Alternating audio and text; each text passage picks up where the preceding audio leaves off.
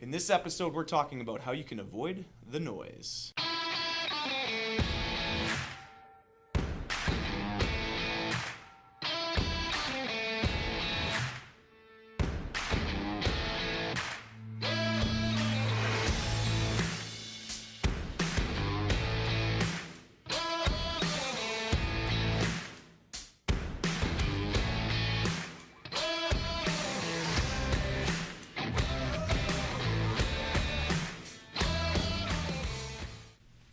Good topic today, Grant. We deal with it all the time, just with our own clients and just being on computers, watching, reading news.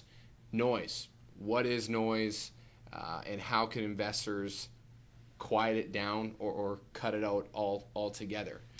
You know, with our like I said, our computers, smartphones, the internet, we have this overabundance of news. We're being Bombarded all the time. You know, different directions, taking different stances on everything and anything out there. Especially in the finance and investing world. You know, with this noise, it's led us to this belief that we have greater control over the markets and, you know, greater control over our investment performance around all these small decisions that we make. But I think there's a big problem because I don't necessarily believe that investors are truly able to decipher meaningful news from meaningless news. So with that being said, talk a little bit about noise and what you would define as noise or meaningless information. I think this is a great topic because I deal with this basically on a weekly basis. I mean, I have clients that call me on a regular basis because of a headline that's happened. They've seen it on BNN or just something they've read in the paper or something they think is going to happen, you know. And that's okay, by the way. I mean, I love taking those phone calls because it's important that you know, everybody's comfortable with their plans going forward. But that's why we're talking about this, is because really what people need to do is sidestep that noise, avoid that noise. So what is it? Well, frankly, it's any information that is unusable, it's untimely, it's hypothetical, or it's a distraction from your long-term goals. Yeah, I read a person's opinion today. They said it's anything that does not have to do with the fundamentals of a business. So this is earnings estimates, interest rate forecasts, macroeconomic events, all these types of things where you're being hit with through your TV, through your smartphone. This is meaningless information. Absolutely right. Like unusable information in particular is, you know, information that, you know, it's a report that's come out that really doesn't affect the long-term fundamentals of a company or a good asset that you might invest in. That's unusable information. There's no reason you should be making a reactionary decision around that. It's untimely. Everything you see in the news, everything that's in the paper, that's already happened. That's the past. There's no reaction to actually make there theoretically because it's already happened. So it's untimely. It's never something that you can react to for the future anyway. Hypothetical. I mean, you got to think about where this information is coming from. I mean, you know, when you're watching BNN, when you're watching the news, I mean, we know people that go on those episodes and talk about what they think is going to happen with this company or where the economy is going in the future, where the loony's going. And the fact of the matter is, they don't have any idea. They have no clue. I mean, nobody has that crystal ball. I mean, the smartest investors in the world, the reason they're the smartest actually is they know they don't have the crystal ball, but the smartest people in the world, multi-billion-dollar portfolios, don't have the crystal ball. So nobody you see on BNN has that crystal ball. So just keep in mind, these are all hypothetical situations that people are coming up with. And they're all, you know, the distractors. They distract you from what's really important, which is taking that longer-term approach to your investment plan. So, since we've established the fact that there's a ton of noise out there, you know, you really got to get a grasp of what you're listening to. How can investors, you know, quiet the noise or cut it out altogether? We kind of talked about two major points that would help them to maybe not overreact to this news. I kind of hinted at one already, but you need to think longer term. This is the number one thing you need to do. Any money that you have invested that you need in the short term, frankly, should not be invested in a way that can be affected by these short-term fluctuations in markets. If it is, it's invested inappropriately. If you need the money in the next year, it better not be in the stock market, frankly.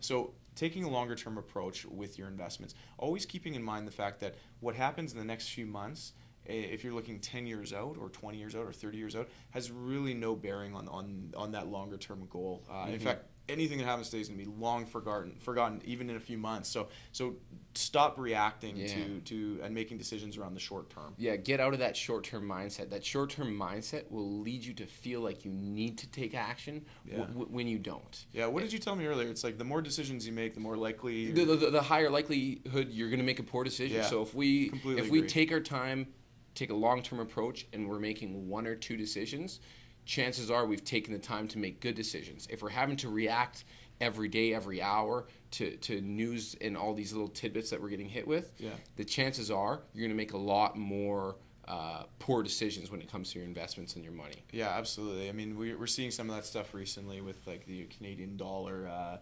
appreciating versus the U.S. dollar, and how that's affected U.S. dollar holdings. If we didn't like the U.S. dollar longer term, we'd start reacting to those situations, and that'd probably be the wrong move in the long term. So, don't make a decision on the next few months that's going to impact the longer term.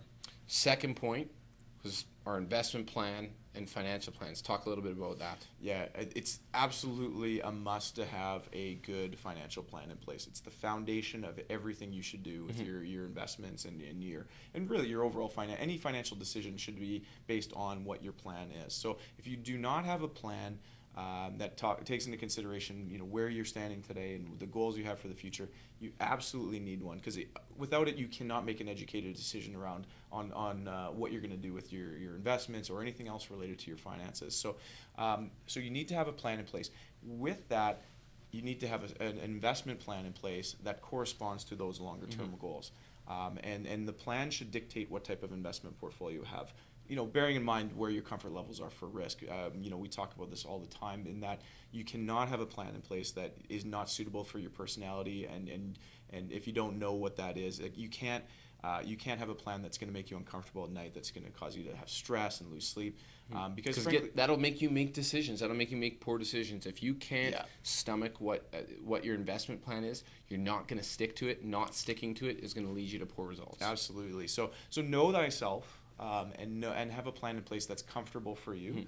But have a plan in place is the number one thing.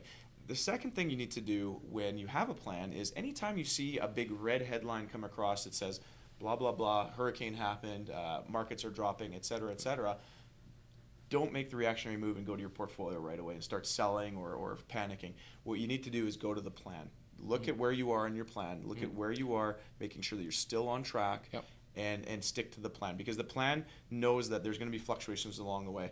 What do we always say? It's a guarantee that the markets are going to correct at some point. It's not if, it's when. Yeah. I mean, if there's one thing you can guarantee in the stock market, it's that it's going to go down at some point. So know that that's going to happen. But as long as your plan has taken that into consideration, there's no reason to panic. The plan is going to work out. If you have a good plan, you're experiencing a bad year, go back to it, look at it.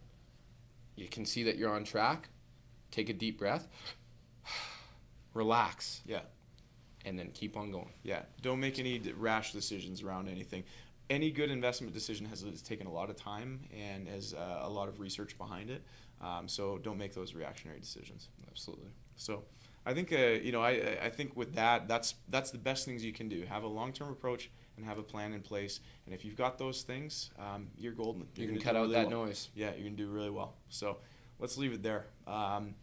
Be sure to visit our website, cgwfamilywealth.com. If you have questions that you'd like us to answer, go send us an email, cgwfamilywealth@nbc.ca.